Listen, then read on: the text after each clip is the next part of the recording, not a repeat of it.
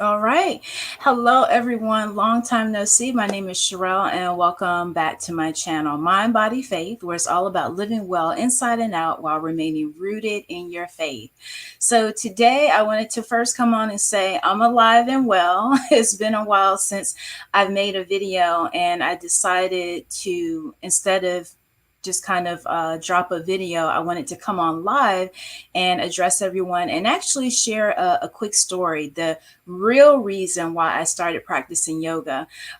During this kind of impromptu 2 week break that I took due to a dental emergency, I had an opportunity to really connect with some of you all through your comments, through your emails to me. So sweet. And it seems like you all are also on your own wellness journey as well. And so last month, we celebrated Pain Awareness Month, and we also observed National Yoga Month. And you guys know that yoga is something that I love talking about. It's been an integral part of my wellness journey. And today I just want to talk a little bit about the things that I learned when I first started practicing or doing yoga, and the real reason why I started doing yoga. So, for those that don't know me, my name is Sherrell. I'm originally from Augusta, Georgia, and I served in the Army for a number of years. And that was actually the first place that I was introduced to yoga due to my diagnosis of osteoarthritis. Now, if you are a military vet, I want you to shout out in the comments if you're still active duty or if you're a veteran and if you've ever dealt with any issues around chronic pain. Now, when I think back to my childhood, I definitely have always been an active person. Have I had injuries? Yes, I've had injuries just like other people. But when it comes to chronic pain is a little bit different. And I can tell you, when I received that diagnosis of osteoarthritis, I really didn't know what it meant until I went through the experience of dealing with chronic pain on a day-to-day basis, dealing with weeks or months where everything seemed fine, and then having a flare up that will last a day or two, sometimes even weeks. It is almost like a roller coaster ride. So the real reason why I started practicing yoga really wasn't, it didn't have anything to do with getting a yoga booty, getting in shape, becoming more flexible. It really was because I was in so much pain and I didn't even really know what else to do at that point. For some of you all that are familiar with my story, you know that a doctor recommended that I try yoga because I'd already been through the standard protocol of physical therapy. I had done some cortisone shots. I'd done a number of different things. And at the place that I was at, the doctor was like, okay, the only other avenue we haven't explored was surgery. And I was not ready for surgery then, and I'm definitely not ready for surgery now. And so I decided what would be the harm. There was a free yoga class on base at the time. I was stationed at Fort Rucker in Alabama. And so I gave it a shot. And you guys know, I have to be honest and transparent. It was a little weird. I didn't really understand it, didn't really know too much about it. It was a huge class. It was free. It was a lot of people. The instructor was talking really nice and soft, and I just really didn't get it. I didn't get it. And so I moved forward, leaving the military. A discharge. And so once I got to the DC metro area, I decided to pick it up again. Let me look for a yoga studio. Let me learn a little bit more about it. And this time, it stuck. The seeds were planted in Fort Rucker, and the seeds began to bloom years later. Once I moved and I had a consistent practice where I could really see some growth and I could see some improvement in my condition once I started practicing yoga. So, with that, I want to share just a few things that I learned that I hope will be helpful to you in your journey if you are dealing with any type of health diagnosis or any type of chronic pain.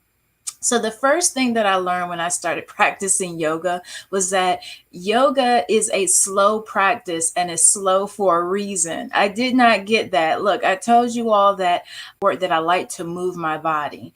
When things are going on in my head, let me know in the comments if you can relate. If things are going on in my head, the way that I work it out is to move. I have to move to work it out. And so some people are familiar with this when they're stressed out or whatever. They got to go work it out at the gym. They got to go lift some weights. They got to go run or walk. I'm that same person too. Movement is the soundtrack of my life. And so it's not surprising that yoga would fit into that. However, yoga was a little bit more slow paced than any other type of movement modality that I had practiced. Now, I came from a background of ballet and dance, and so there was some similarities there. But what I learned is yoga is slow for a reason, even power yoga and some other vigorous forms of yoga, because when you're able to move slowly, you're actually able to heal. When you do these quick, jerky movements, you can definitely injure yourself. You can injure yourself in yoga, but I realized that there was a reason behind it. And so, learning how to move slowly and actually how to move mindfully was a big lesson for me when I first started practicing yoga. Number two, the second biggest lesson that I learned when I started practicing yoga and doing yoga for chronic pain, regaining mobility in my body, was how important the breath was. You know, we breathe every day without even thinking about it because it's part of our nervous system. But we also are blessed with an opportunity to engage in conscious breathing, meaning that you are bringing a level of consciousness and awareness to your breath. And when I started like putting those pieces together, slow, mindful movement, and slow, gentle, rhythmic breathing, that's when the magic happened. That's really the beauty of yoga. There's so many modalities that I practice. I haven't practiced them all, but this is where yoga is a little unique. I practice Pilates, I've done Zumba, line dancing, running, walking, just going to the gym and doing circuit training. I have a spin bike outside, which I only really do in the wintertime because I don't love being indoors. I love being outdoors, doing things and moving. But the beauty of it was just the harmony between the mindful movement and the breath. And once I really got a hold of that and realized that it really wasn't so much about the poses, but it was about, you know, slowing down the movement, the flow of the poses, and that rhythmic breath, that's when I really began to see, oh, you know, this, once I'm able to kind of be in that relaxed state, I'm able to kind of notice things a little bit more. And that's where the healing happens. So, those are the things that I wanted to share with you all today, why yoga has been so integral. As it relates to my health and my healing. And I want to share this opportunity with you all. You know, as we are now in smack in the fall season, it's already getting cool. It's not cold yet, but it's cool. I'm already feeling it in my joints, right? So I did a video, part of my pain management series, that weather is not a myth. Weather definitely affects how you experience pain in your body. And so as the weather cools down, I'm trying to be more mindful of really, you know, moving my joints in a mindful way, noticing where I hold stress as the weather changes. And so I want to invite you all to my virtual workshop, Busy Mind, Stress Body. It's a virtual workshop that I'm holding on October 25th.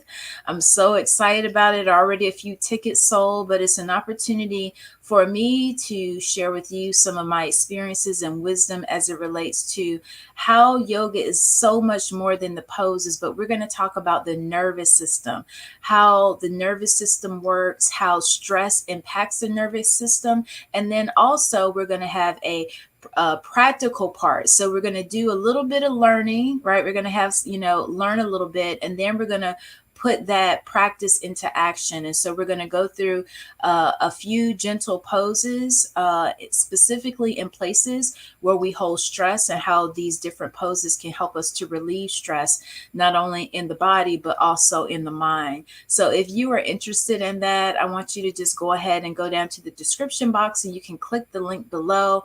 There are so many people that I've met via YouTube that live in different parts of the US and different parts of the world. And so with this virtual workshop, this is an opportunity for me to kind of meet you all and kind of, you know, form this community of mind, body, faith. There's going to be a faith-based component to it for those that are yoga teachers. There will be an opportunity for you to get 1.5 continuing education credits, because I am a continuing education provider. So if you want to just learn something new, add to your toolkit, whether you're a yoga teacher or you're not, I would love to have you at the workshop. I kind of came on here impromptu, so give me like maybe 5 minutes, and I'm going to fill in the information in the description box. You can purchase the tickets on Eventbrite. That's where the ticket is sold. Bring a friend. You're going to be virtual, so the spotlight is not going to be on you. You can feel free to turn on your camera if you want to, but look, we are a community doing this together, healing together, and breathing together. And so I just wanted to come on and share a little bit about my story. I'm going to be trying to do more lives. If you like me doing more lives and just kind of coming on and sharing off script, look, I don't have nothing in front of me. I'm just kind of talking, hopefully not rambling, but providing you with something that resonates with you, that can help you on your personal wellness journey as well. I know what it feels like to be dealing with chronic pain, and it is not my intent to get you. A lot of yoga teachers, sometimes it's all about taking a whole lot of classes. I've never really been that teacher. When I was teaching in-person classes before the pandemic, and students would reach out to me and say, Sherrell, I'm working late. I can't make it to the class. I'm so sorry. I was always like, don't apologize. I always encourage students, have your home practice. Even before the pandemic, I've always been about establish a home practice. And that's the type of teacher I am. I'm going to provide you with some guidance, some insight, some different poses that you can use to create your own home practice, because you are your best teacher. And so I want to be the teacher to guide you, to empower you, to take ownership, and to encourage more body awareness so that you can feel confident with having your own home yoga practice. Now, of course, if you enjoy my style of teaching and you just want to take classes with me, that's great. But when life gets busy and you don't have an opportunity to take a class with me or to come on YouTube, I want you to feel empowered to say, I got 10 minutes. And in 10 minutes, Sherrell has taught me some things that I can do 3-4 poses before I go to bed. And that's part of my yoga practice. Yoga practice is not 60 minutes of all these fancy poses and inversions. It's about how you feel. It's about how your body responds. And I want to empower, especially women, men too, to be able to understand how your body works, become more aware of your body, and learn some poses. Not all of them, just learn a couple of poses that you can begin to develop and create your own home practice that you feel confident about. So with that, I'm going to talk to you all later. Don't forget to hit the subscribe button, share this, and give me a like so we can show up in the algorithm. We are at over 1,000 subscribers. Thank you all so much for your love and your support throughout this past year. I started my YouTube channel during the pandemic, and it's been an awesome experience. If you want to ever reach out to me, leave a comment or feel free to send me an email at hello@sherrellmoretucker.com. I would love to connect with you, and I can't wait to do more virtual workshops with you. If you have something, a health challenge that you're working on, and you have questions about different yoga postures, breathing techniques, and you want me to do a video about it, leave it in the comments below. I see a couple of comments here. How do we purchase tickets? It's through Eventbrite. Anita, thank you so much for logging on. Does yoga help with anxiety? Yes, it does. Does it cure it? No, there's no cure. However, we know at the root of anxiety is fear. And so we get to the root of the situation. We use what God has given us, movement of the body, movement of the breath and the mind and the spirit. And we begin to use the scriptures. We begin to use those tools in our toolkit that we have to be able to have a positive impact on how we experience fear and our relationship with fear. All right. So I hope that answers your questions. I can't wait to talk to you all again very soon. I'm right at my almost my 15-minute mark. I didn't want to be on here too long for the first time, but happy October. I don't know if you can see in the light that I have on pink as we observe Breast Cancer Awareness Month. If you yourself are a survivor, blessings to you. If there is a survivor in your family or you have lost someone to breast cancer, I pray God's peace and comfort upon you and your family. I'll talk to you all very soon. And don't forget, when life gets tough, all you got to do is breathe in and stress out. God bless.